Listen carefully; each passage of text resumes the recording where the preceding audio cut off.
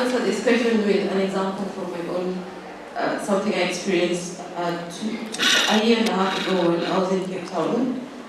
So I went to apply for a visa I was traveling somewhere, and the lady took my passport, and the usual questions they ask you a visa place, and she asked me what I'm saying. Computer science, so she was like, oh, which year are you in? Are you undergrad? I said, no, I'm actually doing my PhD. Then she just went, and I kid you not, this is in a row of many people. Then she just went, you, computer PhD? I'm like, yeah. Then she said, but which man will marry you? Then she asked me, first of all, she didn't even ask me anything about it. Then she said, but which man will marry you? Then I didn't answer that. Then she went ahead and she was flipping through my passport. Then she saw a US visa that I'd gotten the previous year. Then she was like, you've even been to the US, what were you even going to do there? And then she said, you're so traveled, I don't think a man can handle you. And then she turned to the person who was sitting next to her, and they had this little chit chat on my account about how rich men will be. They're brainstorming. So my answer to this, rather what I want to talk about is the cultural beliefs that lead to unconscious biases, and sometimes from even women. And that for me is just one example of an outright bias that I've experienced among many others. And we find that we also don't support each other. We do, but not too much. And if you follow the feminist conversation, and Chimamanda once said that women want to succeed, but not too much.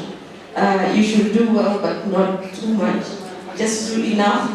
And for me, that's a bias that is alive and well, and we have to talk about it as much as possible. Because, for example, this lady who asked me about who you marry me, is that the same gospel she would tell her daughter, that go to school, but remember, that there are men who are supposed to be taken care of out there.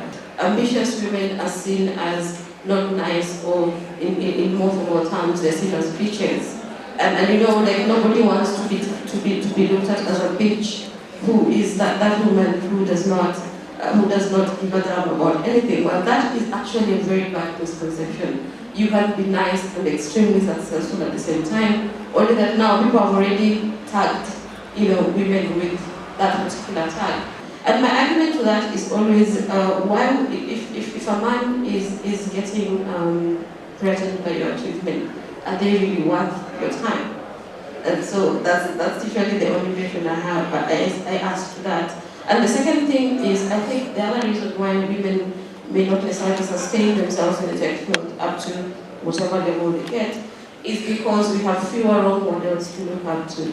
And because of the historical lack of women in the workforce, it's only now that we're seeing people starting up, and in a few years we'll have a lot more women at the top. But because there was a lack, we don't have a lot of women at the top to be our models, or to be our role models. But that, I believe, is changing with time. And just to add to that, I encourage everyone to watch the TED Talk by Stephanie, and she gives a TED Talk about why ambitious women have flat heads. So please watch it.